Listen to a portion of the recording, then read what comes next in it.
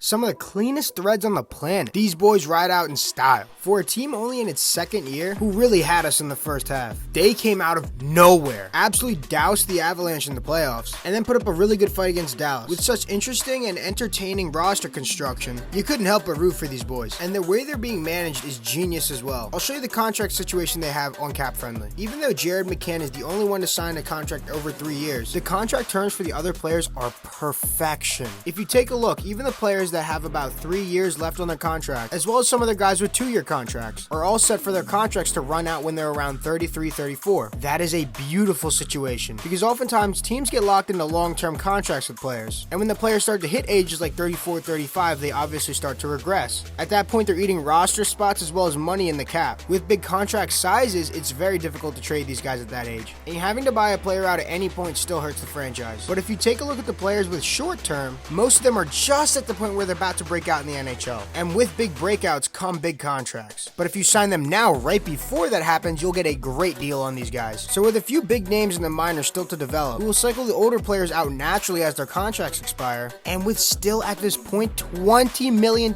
in cap, if they get a goalie for the future, this team is set. Now with the 21st overall pick, and with such a deep draft, you gotta get the position you need. So let's take a quick look at what this roster is all about. Take a look and you can definitely see a theme between both the offense and the defense. There is definitely a type they seem to be looking for in offense as well as defense. What do McCann, Bjorkstrand, Tolvanen, Furcus, Sprong, Wright, Beniers, Gord, and Goyette, as well as Schwartz sometimes, and even Wenberg on occasion, all have in common? And let's not exclude Tanev from this either. Bonafide, sniping, goal-scoring machines. Although Schwartz is not so much anymore, he used to be a scrapper in front of the net to get goals. Yanni Gord much the same, working that slot area, and Wenberg now, for his role, puts up a good amount of goals. McCann, Tolvanen, Furcus, Sprong, and Bjorkstrand are pure snipers. Shane Wright was a lethal goal scorer in juniors, and Matty Beniers does everything. He's just a beast. That is a lineup a GM dreams about, especially with their contracts like I talked about earlier. But here's the thing. Take a look at that defense. Dunn, Larson, Oleksiak, Borgen, Soucy, and Schultz. Besides Vince Dunn, there are not many activators or playmakers on the defensive end. Schultz in his heyday with Pittsburgh was a fantastic goal scorer from the point and could run a power play, but he was never a game-breaking playmaker. And although Vince Dunn really did break out this year and shows that he can be a number one guy, you need more than just one guy to be a playmaker out there, especially with so many snipers on the roster. We know Larson, Oleksiak, Borgen, and Soucy's style. They're not game-breaking passers who are going to set up their goal scorers. They're physical, shot-blocking, shutdown defensemen, which is fantastic and teams really need that. But at the same time, in today's NHL, they need an activation defenseman. And from what I've seen, this is the only team with such unbelievable goal scoring all throughout the lineup. So at any given point, there should be a playmaker defensively out there to activate these guys and make their entire team dangerous.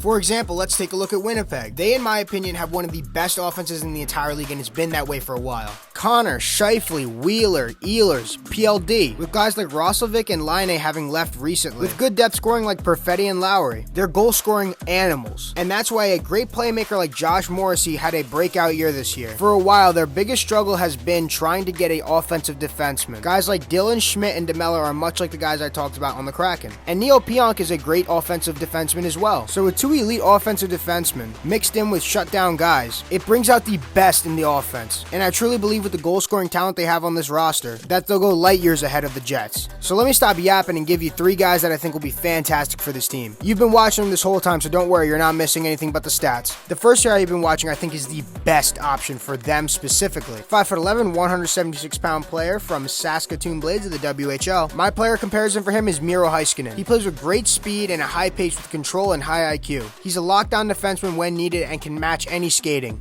As all kids do, he needs to put on more muscle to be more effective, but his elite two-way IQ is going to make him a staple on this team. Fantastic puck-moving defenseman, who is good at getting shots to the net, and with great guys around the mixer over there, whether he makes a great pass or puts it on net, he's going to have these guys swimming like sharks in the water. Next, I have one of my favorite prospects in this draft, the best skater in the whole draft, Mikhail Gulyayev, 5'10", 170-pound defenseman. Ungodly good skater with high IQ and control and playmaking ability. He would be their guy if I didn't think the Jets were going to get him, for the exact same reasons I have the Kraken taking Melinda. They could also take Lucas Dragicevic from the Tri-City Americans in WHL, 6'2", 181-pound defenseman. 75 goals in 68 games would make this kid a franchise defenseman, but he needs some tweaks on his skating and a lot of help defensively. With great defensive players around him, I think he'll gain that. Thank you all for watching. Don't forget to subscribe and comment the next team you want to see.